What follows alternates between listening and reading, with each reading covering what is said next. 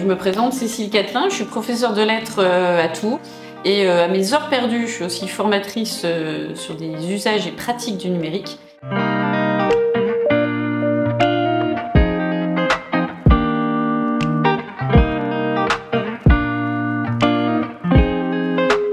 J'ai un peu l'étiquette du prof geek numérique qui part du principe que tout va passer par numérique et on va révolutionner l'école par numérique. J'ai pas du tout cette posture-là, au contraire. Je vais prendre une image et une référence à Apollinaire. Pour lui, la modernité, c'était la tradition et l'innovation.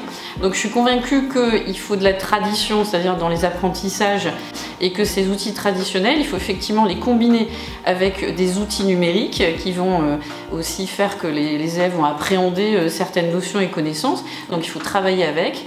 Et justement, ça rejoint un petit peu cette idée de la coopération, c'est-à-dire que si on coopère avec les élèves, avec et autour du numérique, là on peut effectivement créer de nouveaux scénarios pédagogiques et créer de nouvelles opportunités pour que les jeunes appréhendent au mieux.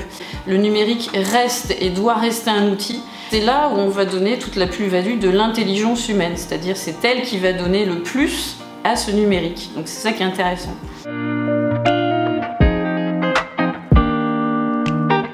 Comment le numérique peut être au service des apprentissages et peut s'adapter au rythme aussi de chaque élève.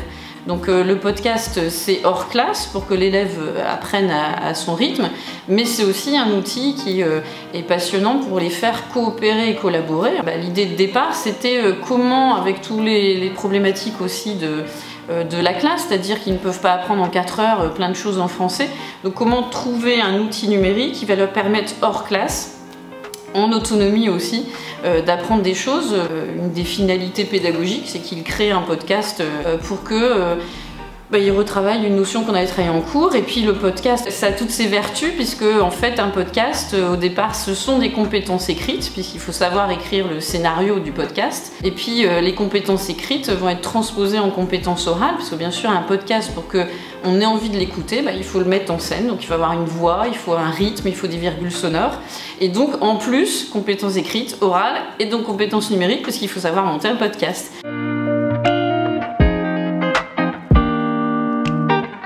Des outils numériques comme le podcast déclenchent aussi des prises de conscience chez les élèves. C'est-à-dire que tu as des élèves qui vont se rendre compte que finalement, compétences numériques, ils se débrouillent pas si mal que ça. Et ils savent le mettre au service du groupe, donc du travail collaboratif. Il y en a qui se rendent compte effectivement de l'impérieuse nécessité d'écrire. Et donc là, ils se disent, ils comprennent pourquoi il faut savoir écrire. C'est-à-dire la finalité du podcast. Il y en a qui se rendent compte qu'ils ont une voix. Et si tant est qu'il n'ait pas de voix, elle se travaille. Donc ça induit bien cette aussi notion du travail, de l'effort du travail, d'avoir le plaisir à travailler, et puis surtout après d'avoir le rendu numérique qui est plutôt pas mal en général, ils sont assez fiers. Le numérique aussi valorise le travail de l'élève, des élèves. C'est un levier de motivation qui est évident. Ça marche pour le podcast, ça marche pour des vidéos. Ils adorent faire les petits fameux caouts, les questionnaires. Ce sont des outils qui ont cet avantage énorme de montrer aussi aux élèves qu'ils vont monter en compétences, qu'ils se rendent compte de tout ça, quoi.